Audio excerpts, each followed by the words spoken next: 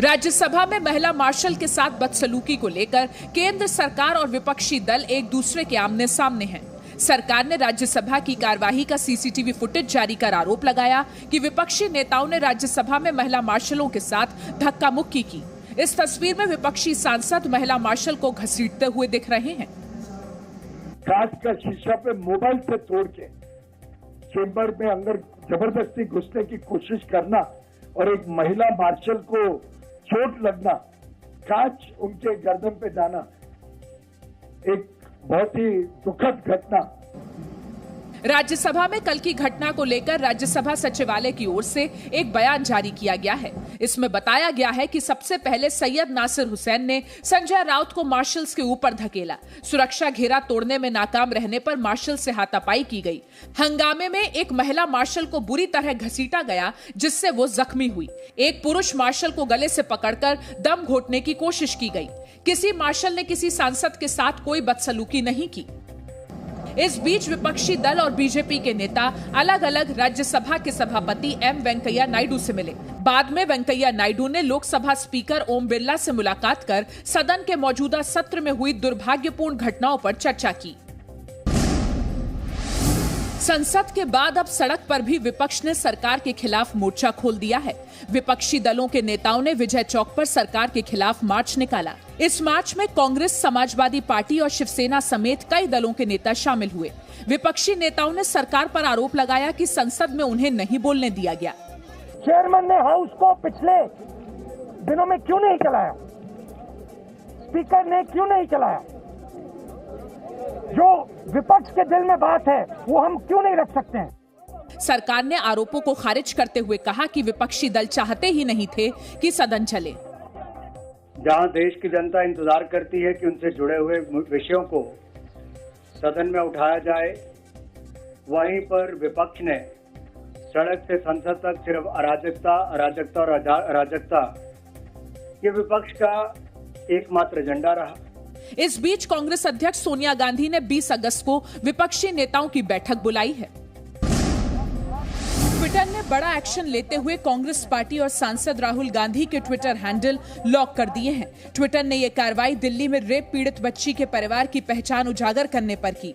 कांग्रेस ने आरोप लगाया कि यह कार्रवाई सरकार के दबाव में की गई है। सरकार विपक्ष की आवाज दबा रही है। अगर कोई काम गलत हुआ है, कार्रवाई होती है कि आपने वो ट्वीट आपने डिलीट कर दिया। इतने दिनों से आपने उसको लॉक किया हुआ है और अब आप बाकी सारे लोगों का लॉक कर रहे हैं। वो क्या जताता है? वो एक घबराई हुई सरकार दिखाता है। ट्विटर ने यह कार्रवाई कांग्रेस और राहुल गांधी समेत 21 नेताओं के ट्विटर हैंडल पर की है। इसके बाद कांग्रेस और कई नेताओं ने नए ट्विटर अकाउंट बना लिए। राहुल ने इस कार्रवाई का अपने इंस्टाग्राम अकाउंट पर विरोध किया। उन्होंने लिखा, वो हमें एक प्लेटफॉर्म पर लॉक कर सकते हैं, लेकिन वो लोगों के लिए उठने वाली हमारी आवाज को बंद नहीं कर सकते हैं। कांग्रेस के कई नेताओं ने अपने ट्विटर अकाउंट पर राहुल गांधी का नाम और तस्वीर लगा ली है। अफगानिस्तान सरकार ने तालिबान को हथियार छोड़कर सत्ता में साझेदारी का प्रस्ताव दिया है। सूत्रों के मुताबिक ये प्रस्ताव कतर में हुई मीटिंग में दिया गया। अफगानिस्तान के 10 राज्यों पर तालिबान का कब्जा हो चुका है। गजनी पर कब्जे के बाद तालिबान काबुल पर कब्जे से सिर्फ 150 किलोमीटर दूर है।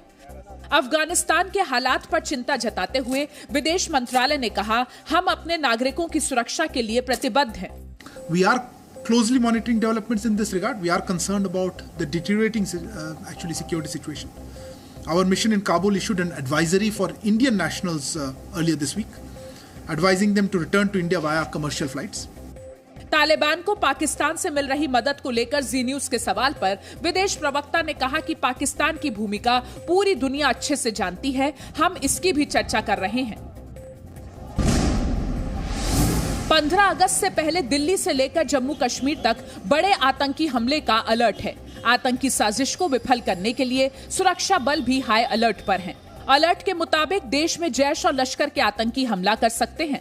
सेना के जवान फॉरवर्ड पोस्ट को निशाना बना सकते हैं। आतंकी भीड़भाड़ वाली जगह पर आईडी ब्लास्ट कर सकते हैं। लश्कर आतंकी जम्मू कश्मीर में घुसपैठ की फिराक में है। जैश के 5 आतंकी भी पीओके में लॉन्चिंग पैड पर सक्रिय हैं। लश्कर के 4 आतंकी जम्मू कश्मीर में ब्लास्ट कर सकते हैं। जम्मू कश्मीर में सुरक्षा बलों को हाई अलर्ट पर रखा गया है। कई शहरों में ड्रोन के जरिए चेकिंग की जा रही है।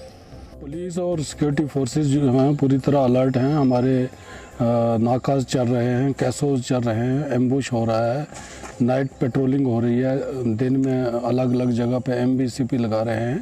तो कोई भी अनटुवर्ड इंसिडेंट को बचाने के लिए पुलिस और सिक्योरिटी फोर्सेस बिल्कुल अलर्ट हैं। दिल्ली में भी सुरक्षा बल और पुलिस हाई अलर्ट पर हैं। करीब 40,000 से अधिक सुरक्षा कर्मी 15 अगस्त के दिन लाल किला के आसपास तैनात रहेंगे। NSG कमांडो को लाल किला के करीब 30 पॉइंट पर तैनात किया जाएगा। जम्मू कश्मीर की पूर्व मुख्यमंत्री महबूबा मुफ्ती ने आतंकियों की मदद के आरोपी PDP यूथ विंग के अध्यक्ष वहीदुर रहमान का समर्थन किया। उन्होंने ट्वीट करके कहा है कि इस अंतर्राष्ट्रीय युवा दिवस पर मुझे अपने युवा अध्यक्ष वहीदुर रहमान की बहुत याद आती है, जिन्होंने जम्मू कश्मीर में युवाओं के साथ जुड़ने में महत्वपूर्ण भूमिका निभाई। उन्हें कश्मीर मुद्दे के प्रति उनकी प्रतिबद्धता के लिए दंडित किया जा रहा है। मैं उनकी ईमानदारी और साहस को सलाम करती हूँ।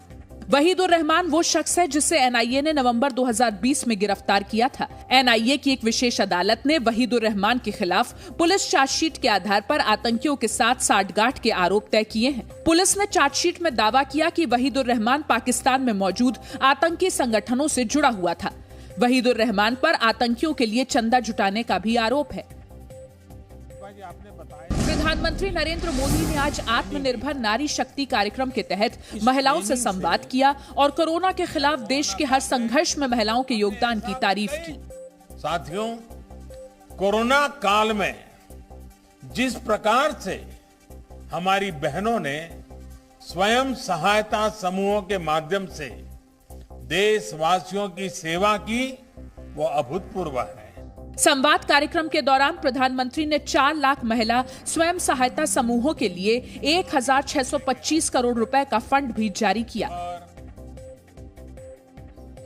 गंगा नदी के जलस्तर में लगातार बढ़ोतरी से यूपी और बिहार में बाढ़ का संकट गहरा रहा है। यूपी के वाराणसी, प्रयागराज और मिर्जापुर के कई गांव में बाढ़ का पानी घुस गया है। यूपी के मुख्यमंत्री योगी आदित्यनाथ ने आज वाराणसी में NDRF की नाव पर बैठकर हालात का जायजा लिया। मुख्यमंत्री ने लोगों से बात की और आपदा में हर मदद का भरोसा दिया। गंगा नदी में उफान से बिहार की राजधानी पटना में भी बाढ़ का पानी कई निचले इलाकों में घुस गया है। कई इलाकों से लोगों को निकालकर सुरक्षित जगह पहुंचाया गया है। Presenting B News app available on Google Play and App Store. Download it now.